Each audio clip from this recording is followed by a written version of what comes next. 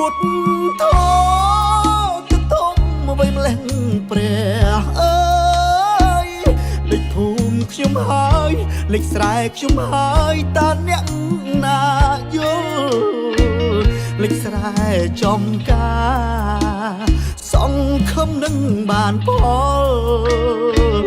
ទឹកលិចជន់ដល់គ្មានសល់អ្វីទេភ្ជួរអើយភ្លៀងអើយសូមអ្នកជប់ទៅទ្រង់ខ្ញុំដំបៅ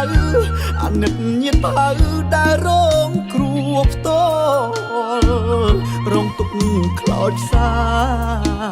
ផ្ដាច់អ្នកនៅមិនយល់សូមអ្នកគិតដល់អ្នករងគ្រោះដល់កំសត់នេះអូទុនលេបង្បួគ្មានប្រណីភ្លៀងក៏អត់ព្រៃរាល់ថ្ងៃបៀមទុកឥតស្បើយអូទឹកទុនលេជប់ហូរភ្លៀងទៅព្រះអើយទុនលេខ្ញុំសូមដងហើយសូមមេឃអ្នកឆ្លើយជប់ភ្លៀងបានទេព្រះអើយបានហើយខ្ញុំសូមអង្គវអាណិតអ្នកក្ររស់ទាំងទ្រដរងទុកកើនទ្វេជាជនរងគ្រោះទឹកជន់លិចឥតលហើយ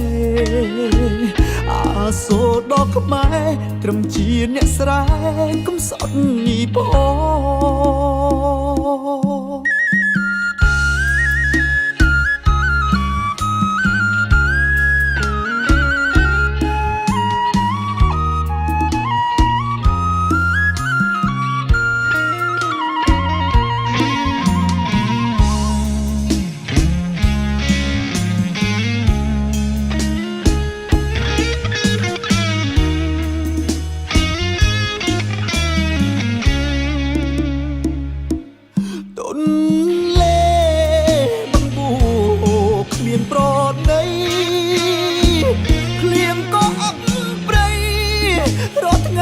បៀមទុក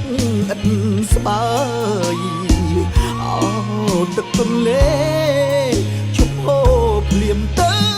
ព្រះអើយទន្លេខ្ញុំសូមដងហើយសូមមេឃអ្នកឆ្លើយជប់ភ្លៀងបានទេព្រះអើ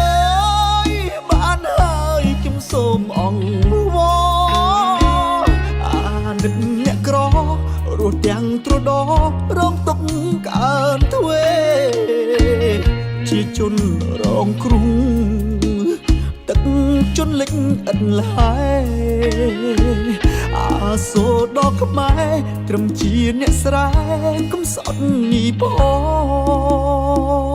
ង